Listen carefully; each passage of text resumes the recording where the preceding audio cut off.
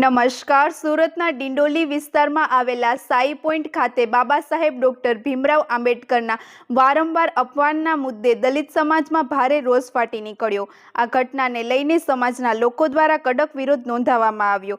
દલિત સમાજે આ અપમાનજનક ઘટનાની તાત્કાલિક તપાસ કરી જવાબદારો સામે કડક કાર્યવાહી કરવાની માંગ કરી. ઘટના સ્થળે તણાવની સ્થિતિને ધ્યાનમાં રાખીને પોલીસ બંદોબસ્ત ગોઠવવામાં આવ્યો અને સમગ્ર મામલે તપાસ શરૂ કરી. વધુ સમાચાર માટે જોડાયેલા રહો આરપી ગુજરાત ન્યૂઝ રાજકોટ.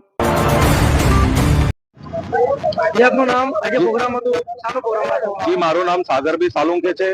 જે ગઈકાલે ગોલિયરમાં જે ડોક્ટર બાબા સાહેબ આંબેડકરજીનું જે ફોટો સળગાવવામાં આવ્યું, જે અનિલ મિશ્રાના કઈ ચમચાઓ દ્વારા, જેથી બાબા સાહેબ આંબેડકર આ દેશના બંધારણના ઘડવૈયા છે અને આવા મહામાનવના અપમાન કદી બી ભોજન સમાજ સહન કરશે નથી.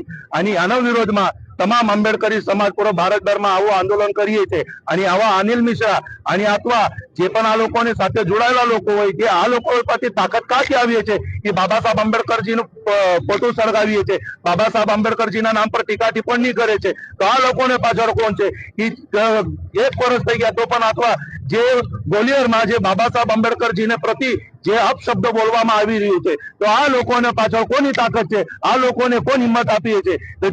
અમને ખબર છે કે ભાઈ મધ્યપ્રદેશમાં જે ભાજપની સરકાર છે, તો ભાજપની સરકાર આવા નાલાયક પ્રવૃત્તિ કરનારને અમે કેમ કડક પગલા ભરતી નથી? કારણ શાના માટે આ લોકોને જેલને પાછળ મૂકતા નથી? એમ અનિલ મિશ્રા એટલા ભારતીય સંવિધાનથી મોટા છે, એ બાબા સાહેબથી મોટા છે કે આ નાલાયક ઉપર કાર્યવાહી કરવામાં આવતી નથી. કે આંબેડકરી સમાજ બધું નક્કી કર્યું છે, જે પણ કોઈ બાબા સાહેબજીનું અપમાન કરશે તો આનું હર્ષ જેવી અમે પુતળા દહન કર્યું છે તેવી રીતે જે લોકો સામે આવશે આવી પ્રવૃત્તિ આ લોકોની પણ થશે.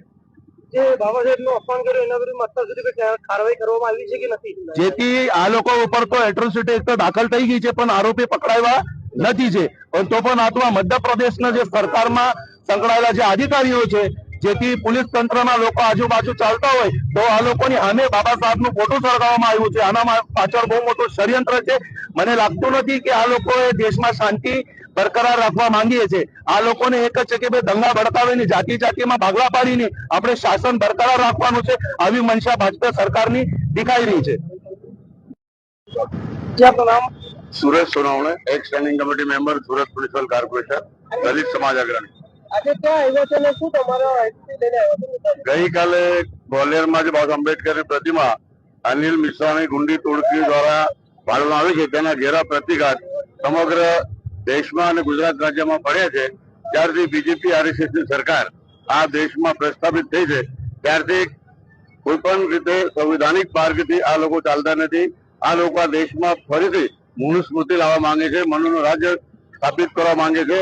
અને માટે જે સંવિધાન છે, આ સંવિધાનના રજિયાતોનું વારંવાર અપમાન કરવામાં આવે છે. ડોક્ટર આંબેડકરજીનું ગ્વાલિયરમાં હાઈકોર્ટ સામે પ્રતિમા મૂકવામાં આવી, ત્યારે પણ આ મનુવાદી તાકાતો એક થઈને એનો વિરોધ કરેલો. અને અમે લોકો પણ કટ્ટરતાથી આ લોકો સામે લડી રહ્યા છે કે જ્યાં સુધી આ દેશમાં ભારતીય સંવિધાન અસ્તિત્વમાં છે ત્યાં સુધી ડોક્ટર આંબેડકરજીનું અપમાન કોઈ પણ દિવસે અમે લોકો ચલાવી લેવાના નથી. આજે યુવકો રસ્તા પર આવ્યા છે. સરકારને અમારી વિનંતી છે કે આ દેશમાં પ્રેમ, બંધુતા, ભાઈચારા અને કરુણા સ્થાપિત રહે, કાયદાનું રાજ રહે, ન્યાય, બંધુતા આ સંવિધાનના જે અધિકાર છે, મૌલિક અધિકાર છે, એ મૌલિક અધિકારોને સુરક્ષિત રાખવાની જવાબદારી ભારતીય જનતા પક્ષના શાસકોની છે.